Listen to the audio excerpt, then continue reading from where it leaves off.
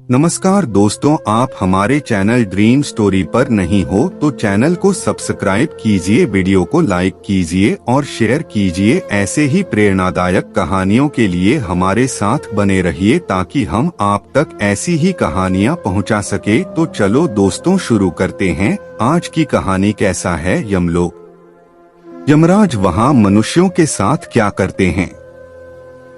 हम सभी जानते हैं कि इंसान की मृत्यु के बाद हर जीव को यमलोक के रास्ते से गुजरना पड़ता है, जहां उसे अपने जीवन में किए कर्मों का फल मिलता है। लेकिन केवल वे ही इस रास्ते से गुजरते हैं जिनकी आत्माओं को इस रास्ते से गुजरना पड़ता है और यम की सभा में जाना पड़ता है और वहां धर्मराज द्वारा अपने जीवन काल में किए गए कर्मों का फल मिलता है।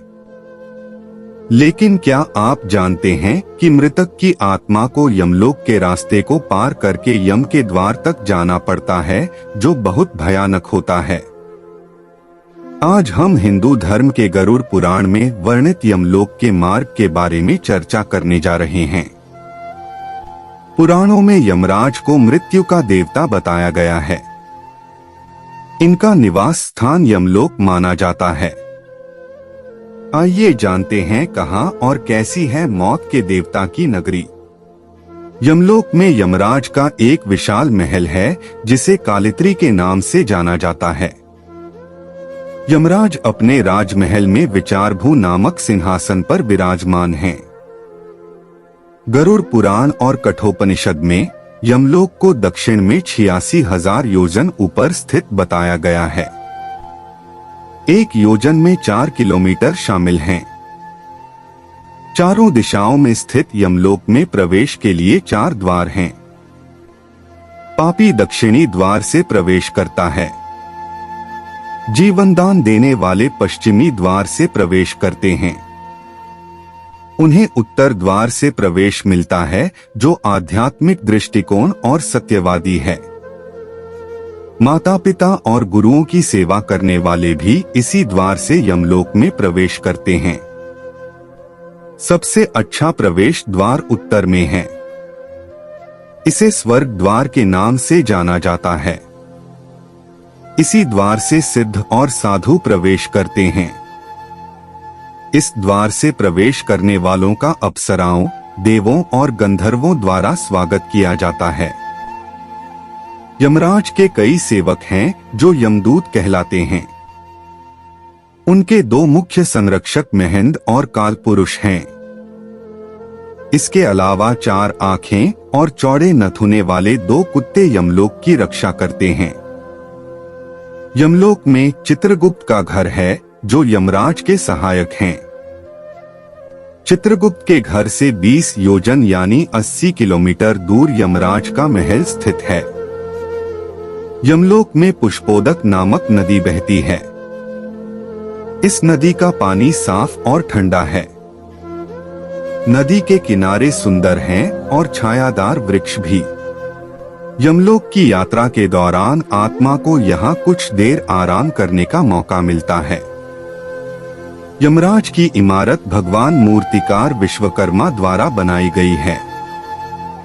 इस भवन में सभी प्रकार के सुखों का वास होता है। यमराज की सभा में मनुष्यों और देवताओं की सभी मनोकामनाएं पूरी होती हैं। यमराज की सभा में कई चंद्रवंशी और सूर्यवंशी राजा हैं, जो यमराज की सलाह और नीति से आत्माओं को उनके पद के अनुसार फल देते हैं। एक गरुड़ पुराण और कठोपनिषद यमलोक के बारे में कहते हैं कि यमलोक मृत्युलोक से ऊपर दक्षिण में 86,000 योजन है।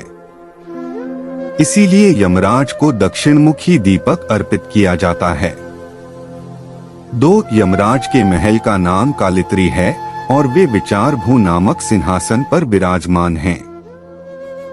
यमराज अपने महल में विचारभू नामक सिंहासन पर विराजमान हैं।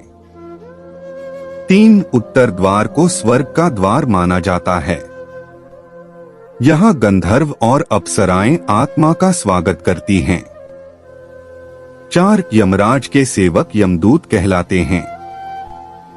महंद और कालपुरुष उनके 2 रक्षक हैं और वैध द्वारपाल हैं।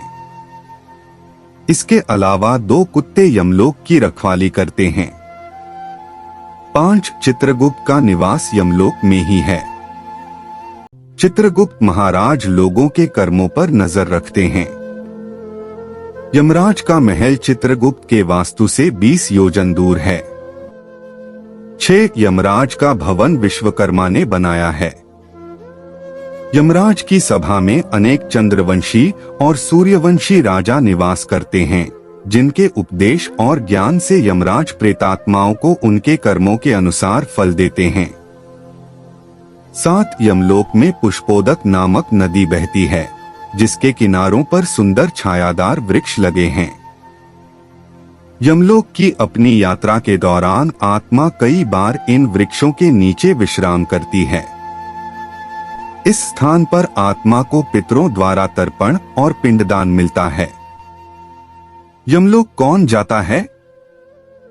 गरुड़ पुराण में जब गरुड़ भगवान श्रीहरि विष्णु से यमलोक के बारे में प्रश्न करते हैं, तब उत्तर में यमलोक का मार्ग बताते हुए भगवान कहते हैं कि वास्तव में वही आत्माएं जो पापी होती हैं, उन्हें ही यमलोक ले जाया जाता है।